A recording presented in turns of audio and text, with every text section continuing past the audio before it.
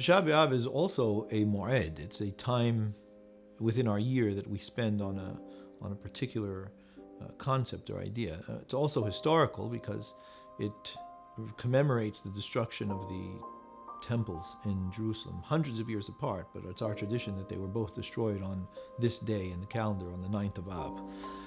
But the 9th of Ab also has earlier origins. It goes all the way back to Moses and the children of Israel in the desert, in which we're coming to the threshold of the promised land after we've left Egypt, and Moses sends spies into the land to scout it out and to come back and tell us, to tell what it was that they see and how it is that we should go in.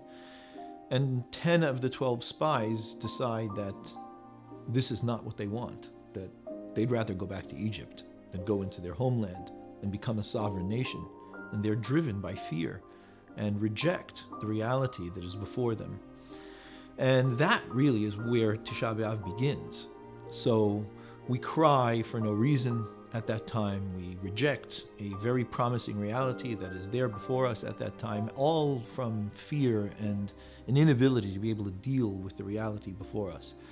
So these temples that are destroyed later in history and essentially break down our home, also on Tish'a BeAv, create a day in which we spend on the floor mourning. And it is a moed, a special time of mourning, in which we take away all of the comforts of life. We don't eat, we don't drink, we don't engage in any pleasures. At the beginning of the day, we sit on the floor and we think about what's missing in our life. In that stark nature of being where we don't have the pleasures to distract us, we think about what are we missing in our life?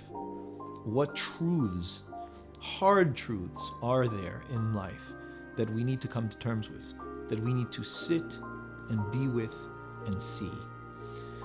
That is the milieu, it's the ambiance of Tish'a BeAv. Tish'a BeAv is about being in the discomfort, recognizing what it is that is missing for us in life, and coming to terms with its reality.